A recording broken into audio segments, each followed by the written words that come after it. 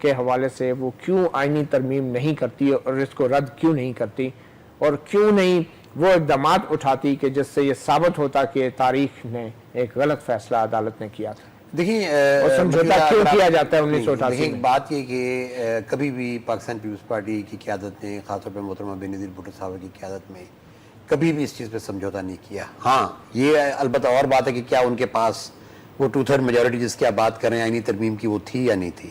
نہ ان کے پاس قومی اسمبلی میں 2/3 اکثریت تھی, نہیں سینٹ میں تو بلکہ ان کے پاس شاید ایک ہی ممبر تھا یا 2 ممبر تھے. لیکن ان قوتوں کے ساتھ تو سمجھوتا ہوتا رہا نا. نہیں دیکھیں نا, جو ایشو ہے بنیادی طور پہ کہ محترمہ بینظیر بھٹو صاحب نے کسی بھی لیول پہ, ٹھیک ہے, انہوں نے ایک اس سارے عمل کے اندر چونکہ معاملہ ایک چیز ہو گئی تھی تو محترمہ نے کبھی یہ میں کہہ سکتا ہوں کہ جی ان کے پاس وہ کیپیسٹی نہیں آئی کہ جس کے تحت جو اقدامات آپ چاہتے ہیں وہ کر سکتی تھی. لیکن انہوں نے پولیٹیکل سمجھوتا کبھی اس بات پہ نہیں کیا کہ جی شہید ذوالفقار علی بھٹو کے ساتھ جو کچھ ہوا وہ صحیح تھا. ان کو ہمیشہ انہوں نے جو نا اقتدار زیادہ اہم تھا کہ اس عدالتی قتل کے اوپر کاروائی زیادہ اہم تھی. دیکھیں اقتدار یا دونوں چیزوں کو جو نا میں سمجھتا ہوں کہ اس وقت کیونکہ جب وہ سیاسی سمجھوتا ان قوتوں کے ساتھ کیا گیا کہ جن قوتوں پہ الزام تھا, نہیں دیکھیں پھر اس کے بعد آپ سیاسی سمجھوتا کوئی نہیں ہوا. وہ تو الیکٹڈ لیڈر بن کے آئی تھی نا, وہ تو ایک الیکشن کے نتیجے میں آئی تھی. دیکھیں میری بات سنیں, اس پاور شیئرنگ نہیں ہوئی تھی اسلم بیگ کے ساتھ. دیکھیں اسلم بیگ کے ساتھ ان کو تمغہ جمہوریت نہیں دیا گیا تھا. اسلم بیگ تو آلریڈی ایک اپنا چیف آف عوامی اسٹاف تھا نا, تو اسلم بیگ تو اس چیز میں انوالو بھی نہیں تھا.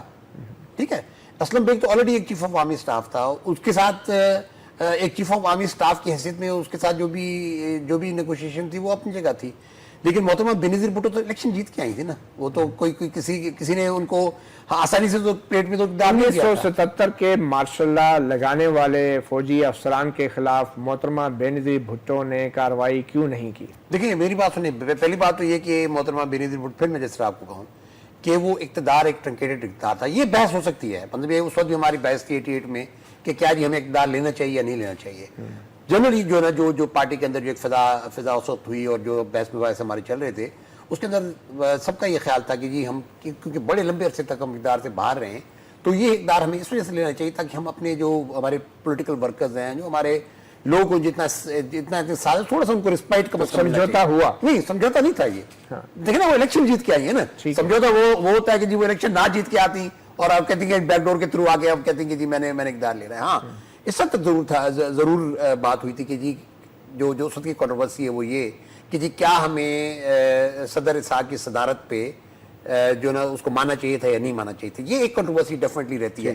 لیکن اس سارے عمل کے اندر بنیادی بات پھر وہی آتی ہے کہ جی کیا ہم اقتدار لیتے یا نہ لیتے اور پھر اپوزیشن میں بیٹھ جاتے اور پھر ایک لمبی لڑائی میں پڑتے. اقتدار کی اہمیت تھی نہیں, میں سمجھتا ہوں کہ یہ رسپائٹ تھی, یہ رسپائٹ تھی ان تمام پولیٹیکل ورکرز کے لیے جنہوں نے بڑے لمبے عرصے تک ان کو کمپنسیٹ بھی کرنا تھا. نیچرلی ان کو کمپنسیٹ جو نا پولیٹیکل ورکرز جنہوں نے بہت زیادہ مار کے وہ کمپنسیٹ کیا بھی کمپنسیٹ کیا گیا بالکل پولیٹیکل ورکرز. ایک چھوٹی سی بریک لیتے ہیں ناظرین, اور بریک کے بعد پھر ایک اور اہم انٹرویو بھی ہم آپ کو سنائیں گے. ہماری کوشش ہے پروگرام میں ہمیں doctor Safdar Abbasi Pakistan Peoples Party کے ایک سینئر رہنما ہمارے ساتھ موجود ہیں جو اب بھٹو کی یا ہمیں کہنا چاہیے آصف علی زرداری کی پیپلز پارٹی کا حصہ نہیں ہے. انہوں نے اپنا ایک پاکستان پیپلز پارٹی ورکرز کے نام سے انہوں نے اپنی پارٹی ایک برقرار رکھی ہوئی ہے جیسے یہ کہتے ہیں.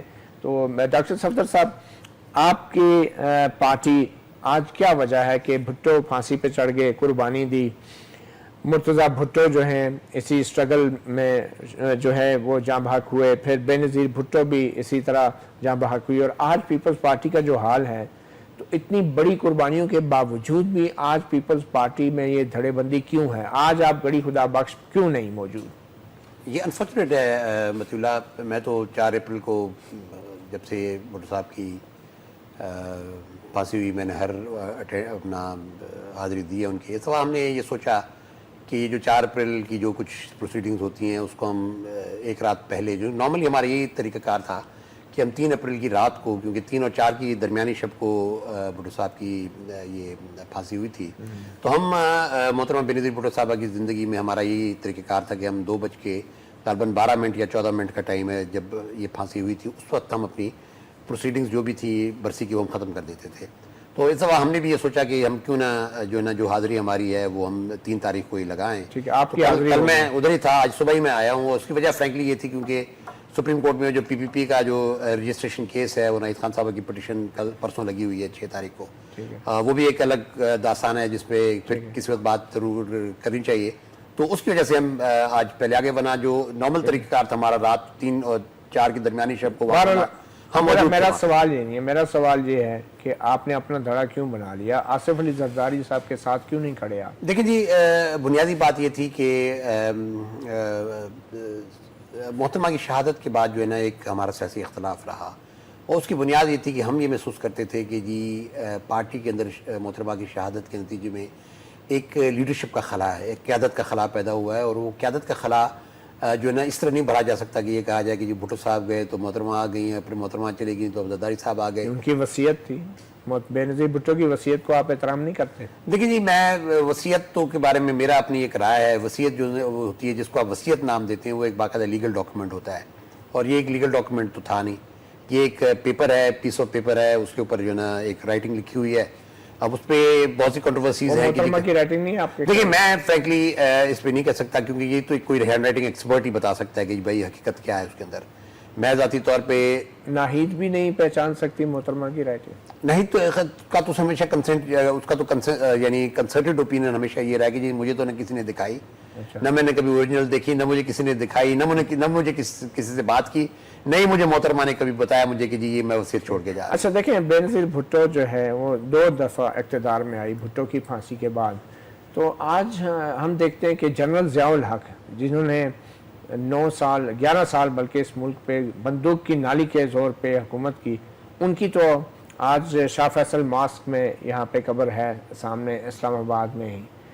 تو جہاں پہ جو ذوالفقار علی بھٹو کو پھانسی دی گئی اور وہ ایک اٹارنی جنرل کہتے ہیں متنازع فیصلہ تھا, وہاں آج کوئی ایسی یادگار نہیں ہے ہماری نئی. دیکھیں اس میں یادگار فرینکلی جو ہے نا وہ 2 دفعہ آپ لوگ اقتدار میں آئے اور بے نظیر بھٹو یادگار کیوں نہیں بنا سکتے؟ دیکھیں اس میں یہ کہ کئی دفعہ اس میں کوشش ہوئی, اور ہر دفعہ جو ہے نا اس کوشش کو مطلب وزیر اعظم بے نظیر بھٹو صرف کوشش کرتی تھی. نہیں دیکھیں نا اس میں اپنا مطلب اس میں اس جگہ پہ یعنی اس وقت ہم نے یادگار بنائی بھی, اس کے اندر ایک وہ جو جگہ تھی اس کے اوپر جو ہے نا بنانے کی کوشش بھی ہوئی. لیکن سوال یہ پیدا ہوتا ہے کہ وہ چیز جو نا چونکہ اقتدار اتنا, ایک تو پہلی بات یعنی وہ آتا ہے پنجاب. 2 دفعہ اقتدار جو ہے مانگے تانگے کا تھا. نہیں نیچرلی دیکھیں نا وہ دیکھیں مانگے پارک ہے, اس پارک میں آپ یادگار تک نہیں بنا سکتے. دیکھیں نا وہ جو, اور آپ کہتے ہیں عدالتی قتل ہوا. نہیں دیکھیں ہوا بالکل, ایسے تو کوئی شک. پھر ایک پارک میں یادگار کیوں نہیں بنا سکتے؟ اس وجہ سے یہ کہ وہ پارک انہوں نے پارک ہی رہنے دیا نا, اس میں کبھی یادگار بننے ہی نہیں دی گئی. کس نے نہیں بننے دی؟ لیکن میں سب سے پہلی بات تو یہ کہ پہلا جو اقتدار تھا اس کے اندر جو ہے نا پنجاب کی حکومت ہی ہمارے پاس نہیں تھی. ٹھیک ہے جی.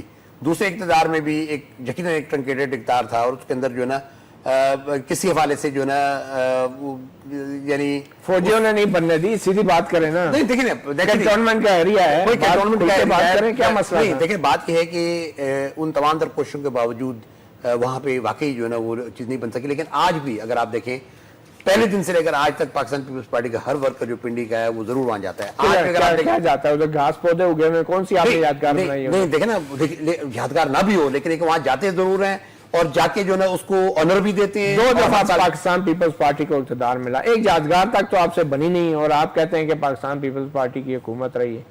تو پھر آپ صاف کہیں کہ آپ حکومت میں سمجھوتا کر کے آتے رہے.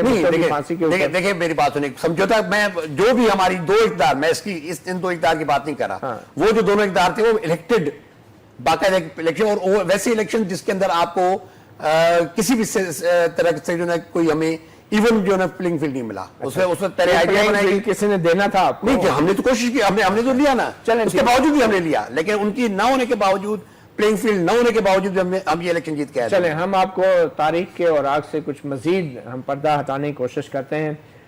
جو 1977 میں پاکستان نیشنل الائنس پی این اے جو 9 پارٹیوں کا اتحاد تھا, اس اتحاد کے جو ایک سیکرٹری جنرل تھے رفیق باجوہ ایڈوکیٹ صاحب, وہ سیکرٹری جنرل جو تھے ان کی قیادت میں ہی ذوالفقار علی بھٹو کے خلاف پورے ملک میں تحریک چلی پی این اے کی.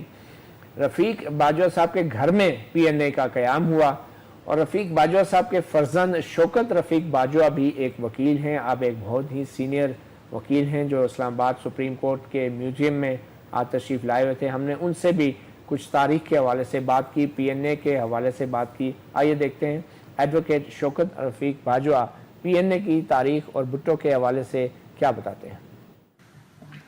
سپریم کورٹ کے میوزیم میں یہ ہیں وہ تاریخی دستاویزات. سپریم کورٹ کا وہ تاریخی فیصلہ جس کے بعد ذوالفقار علی بھٹو کو 4 اپریل 1979 کو پھانسی دے دی گئی. اس فیصلے میں یہ جو دستاویزات ہیں اب ایک تاریخ کا حصہ ہیں, میوزیم کا حصہ ہیں. یہ وہ تمام ججز کے دستخط بھی موجود ہیں. ان تاریخی دستاویزات کے ساتھ ہمارے ساتھ ایک تاریخی شخصیت بھی موجود ہے جو ہمارے ساتھ یہاں میوزیم میں تاریخ کے اوراق سے کچھ پردہ اٹھاتی ہیں. ہمارے ساتھ موجود ہیں ایڈوکیٹ شوکت رفیق باجوہ. ان کے والد گرامی رفیق باجوہ صاحب جو تھے ذوالفقار علی بھٹو کے خلاف 9 ستاروں کا جو اتحاد تھا, 9 جماعتوں کا, اس اتحاد کے سیکرٹری جنرل بھی رہے ہیں. شوکت رفیق باجوہ صاحب, آپ کے والد صاحب رفیق باجوہ بھی ایک وکیل تھے اور ذوالفقار علی بھٹو کے خلاف جو 9 سیاسی جماعتوں کا اتحاد بنا تھا اس کے وہ جنرل سیکرٹری. ہمارے گھر میں وہ اتحاد بنا تھا اور اس وقت جمعیت علماء پاکستان کے سینئر نائب صدر تھے, شاہ احمد نورانی ان کے صدر تھے, مولانا عبدالستار نیازی جنرل سیکرٹری تھے اور نواز نصر اللہ صاحب بھی. سارے یہ لیڈران کرام ہمارے گھر میں اکٹھے ہوئے اور اس بات پہ متفق ہوئے تھے کہ اس ملک میں جب تک نظام متفع نہیں آئے گا اس ملک کے مسائل جو ہیں وہ ختم نہیں ہوں گے اور نہ ہی ان تمام جس مشکلات میں اس دور میں گزر رہا تھا ملک, اس کے لیے صرف جو رسول پاک صلی اللہ علیہ وسلم اور اللہ پاک کا جو نظام ہے اس کو لانے کی انہوں نے کوشش کی. اور اس کے لیے انہوں نے قومی اتحاد کے نام سے 9 ستارے کو نام سے ایک اتحاد بنایا جس کو پاکستانی قومی اتحاد کہتے تھے. اس کے وہ فاؤنڈر جنرل سیکرٹری تھے اور تمام عمر انہوں نے اسلامی نظام کے لیے وہ کام کرتے رہے.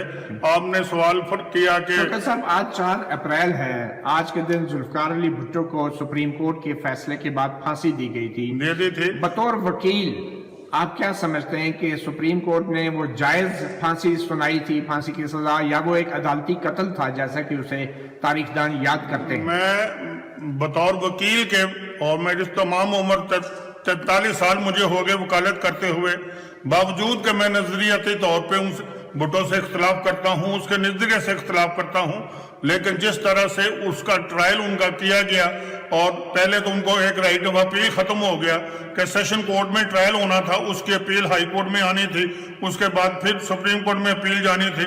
تو 5 ججز نے بیٹھ کے اور ان کی ٹرائل کیا ہائی کورٹ میں, ایک رائٹ آف اپیل ان کا ختم ہو گیا. جو روایات, جو بنیادی اصول فوجداری میں جہاں کہتے ہیں کہ بینیفٹ آف ڈاؤٹ جو ہے وہ ملزم کو جانا چاہیے, اور جو ہمارے علماء کرام ہیں اور ہمارے جو پہلے اسلامی فیصلے انہوں نے کہا کہ 1000 گناہ گار کو چھوڑنا بہتر ہے اس سے کہ آپ ایک بے گناہ کو سزا دے دیں. تو آپ سمجھتے ہیں کہ وہ ایک عدالتی قتل؟ میں یہ سمجھتا ہوں کہ جو انصاف کے مسلمہ اصول تھے ان کو قطع نظر رکھتے ہوئے ان کو زیر نظر نہیں رکھا, اور ایک باعث ججمنٹ تھی وہ جس کو میں سمجھ, اور آپ دیکھیں صوبہ اتفاق کہ 79 میں وہ ججمنٹ آئی, آج تک کسی اس پریسیڈنٹ کو کسی نے فالو نہیں کیا کسی ججمنٹ میں. آپ کے والد صاحب جو تھے 9 ستاروں کے اتحاد کے سیکرٹری جنرل تھے اور وکیل بھی تھے, کیا انہوں نے اس وقت آواز اٹھائی بھٹو؟ بالکل انہوں نے اس وقت آواز اٹھائی اور باقاعدہ لیٹر لکھا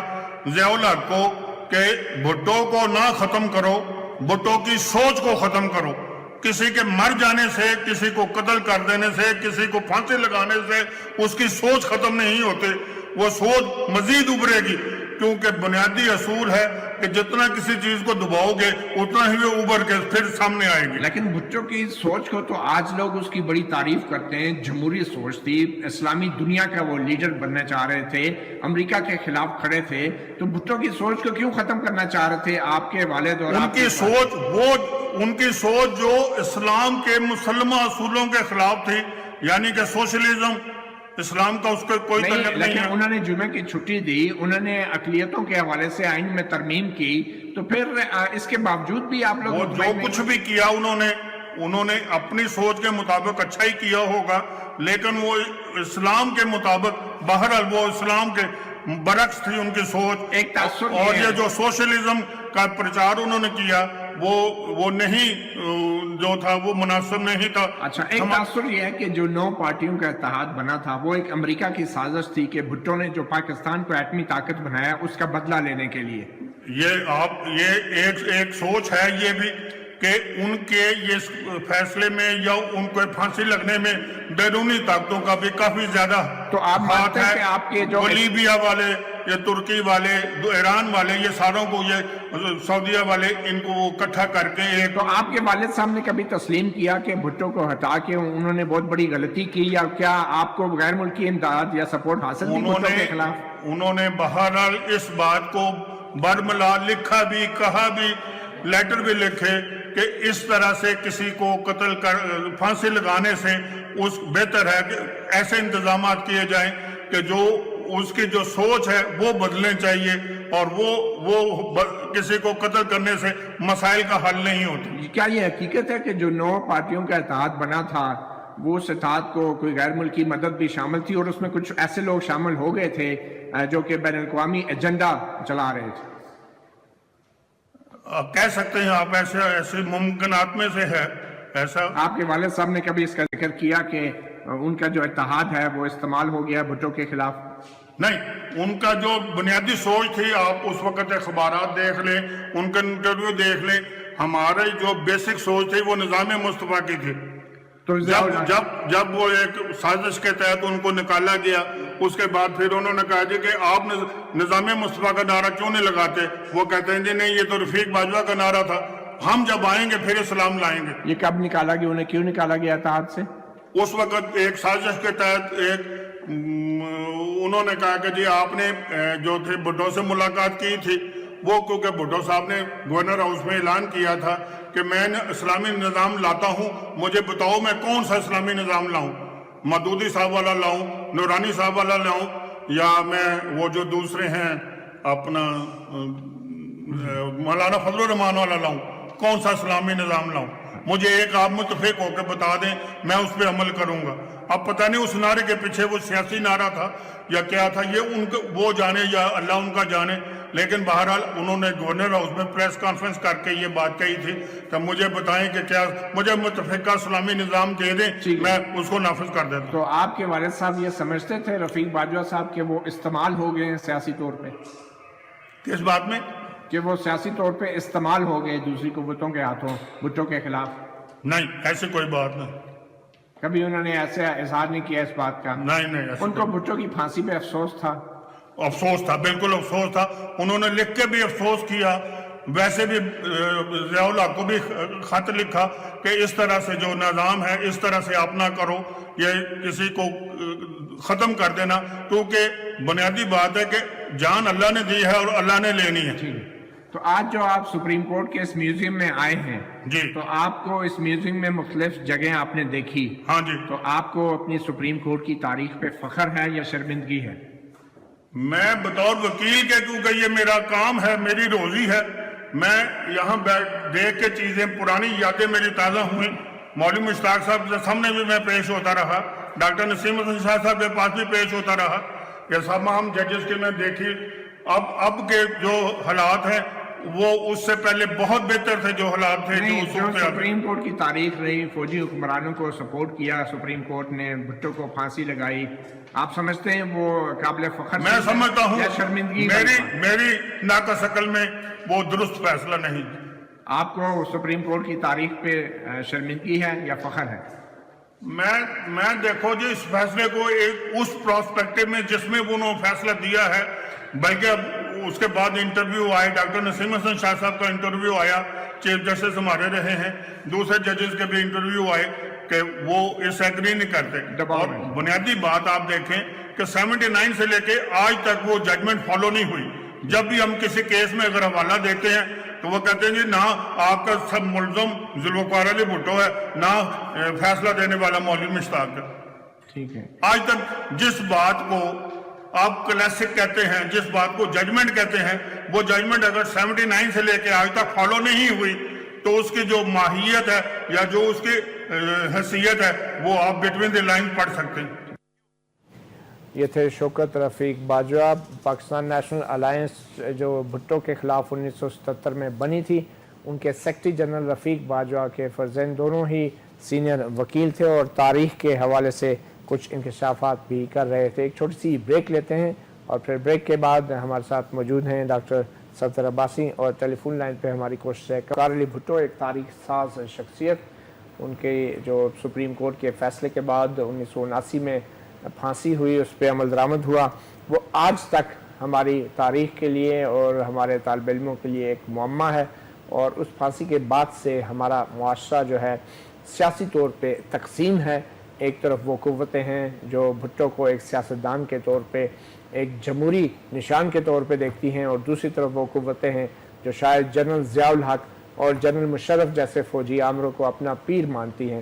دونوں ہی قوتیں برسر پیکار ہیں آج تک, اور اسی وجہ سے شاید ہمارے تعلیمی اداروں میں بھی تاریخ کے حوالے سے کچھ خاص وضاحت نہیں ہو پائی, اور ہماری نوجوان نسل آج یہ جان ہی نہیں پا رہی کہ حق پہ کون تھا اور سچ پہ کون تھا. خیر, یہ تو محض ایک سیاسی تاریخ تھی جس کے حوالے سے ہمیں جواب نہیں مل رہا.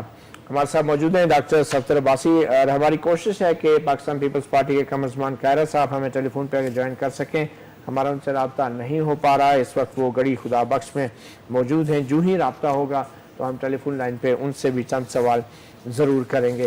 ڈاکٹر صفدر صاحب, آج کل کی جو نسل ہے, نوجوان نسل, آپ کے خیال میں ہمارے جو محققین ہیں, جو ہمارے رائٹرز ہیں, جو ہمارے دانشور ہیں, انہوں نے اپنا فرض نبھایا ہے اور نوجوان نسل کو بتایا ہے کہ ذوالفقار علی بھٹو کون تھا؟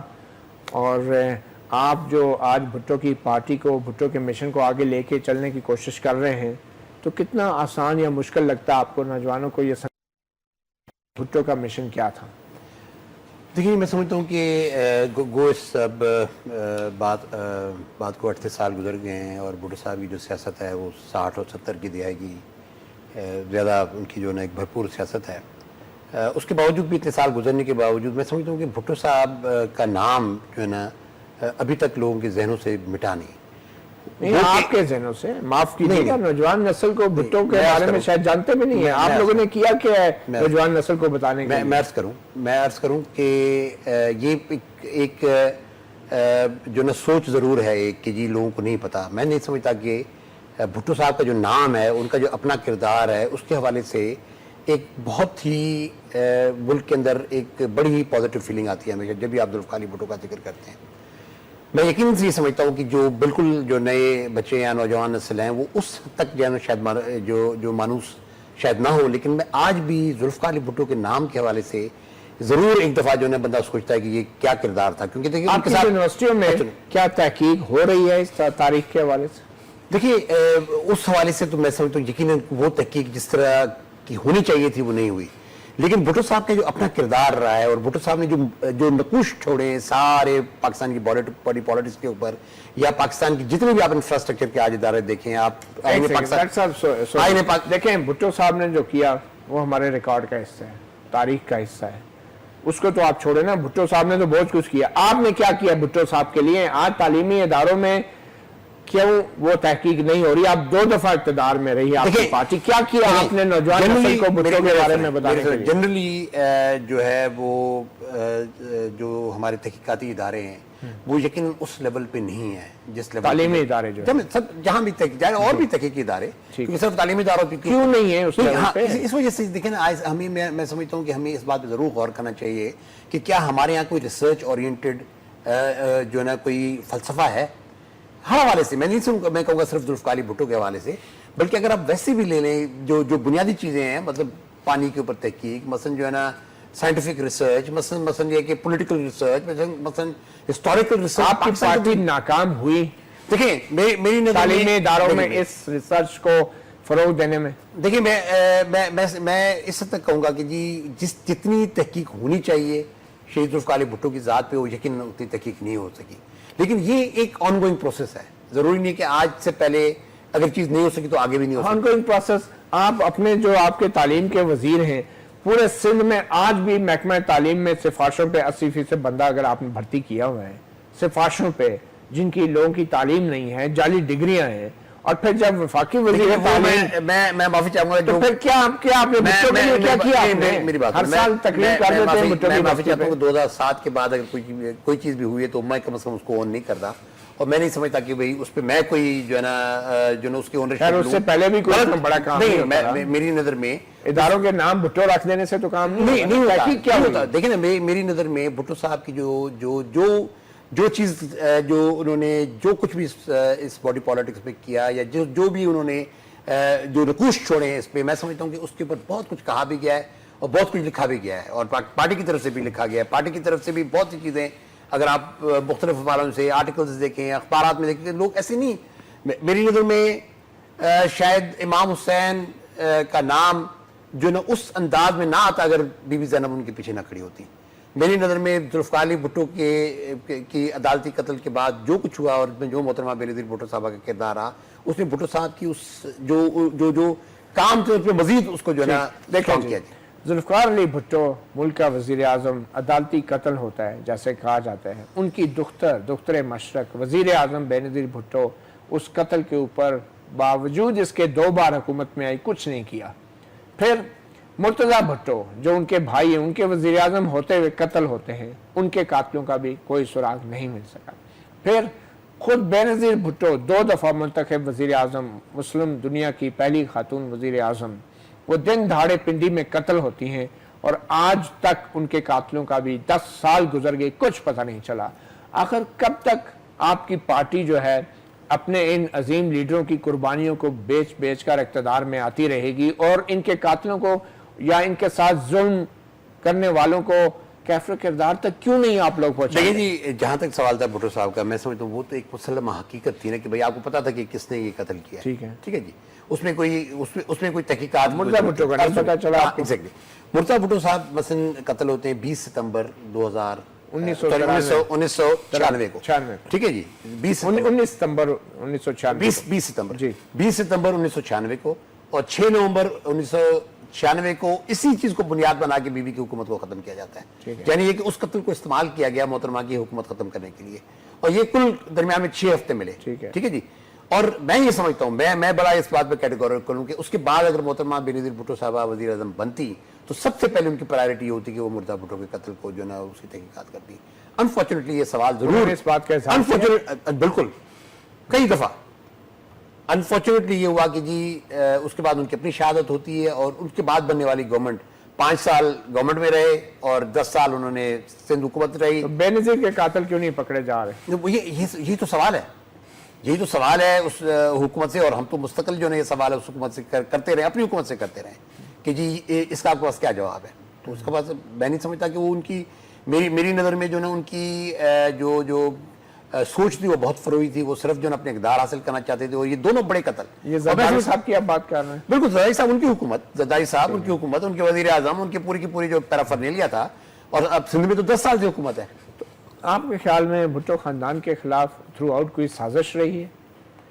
دیکھیں جی, اس میں تو کوئی شک نہیں ہے کہ بھٹو خاندان کی جو پاکستان کے اندر جو ان کی ایک سیاست رہی ہے یا ان کی پولیٹیکل پاپولیرٹی رہی ہے, اس سے بہت سے لوگ خائف رہے ہیں. کون سے؟ میں سمجھتا ہوں کہ بنیادی طور پہ جو زیادہ معاملات جو نہ چلے, اور خاص جو چلے اور یہ ساری کی ساری چیزیں ہوئیں, اس میں جنرل ضیاء الحق اور ان کی حکومت کا بہت بڑا کردار تھا. اور میں سمجھتا ہوں کہ باوجود اس کے ضیاء الحق کے مرنے کے بعد تو ان کے کنٹینیو رہی نہیں. ملٹری اسٹیبلشمنٹ کی بات, دیکھیں ملٹری اسٹیبلشمنٹ میں سمجھتا ہوں اس حد تک جو نہ ضرور میں ان کو یعنی دوش سمجھتا ہوں کہ جی انہوں نے بہت زیادہ پش کیا, مطلب بھٹو صاحب کے ساتھ جو کچھ ہوا, اور اس کے بعد پھر محترمہ بینظیر بھٹو صاحبہ کو بہت زیادہ پش کیا اگینسٹ دا وال. میری نظر میں آج شاید ملٹری اسٹیبلشمنٹ بھی یہ ریلائز کرتی ہوگی کہ جی ہم نے بہت زیادہ بھٹو خاندان کے اوپر جو نا کو اتنا زیادہ ہم نے پش کر کے دیوار کے ساتھ لگایا کہ وہ آپ نے پاکستان کے اندر ایک پرو پاکستان نیشنلسٹ لیڈرز کو جو نا آپ نے دیوار کے ساتھ لگا کے, اور آپ نے پاکستان کے اندر جو نا اتنی زیادہ ویکیوم پیدا کی ہے. آج اتنا ویکیوم پیدا ہو چکا ہے کہ آج پاکستان کے اندر کوئی لیڈرشپ. ٹھیک. بہت شکریہ ڈاکٹر صفدر عباسی.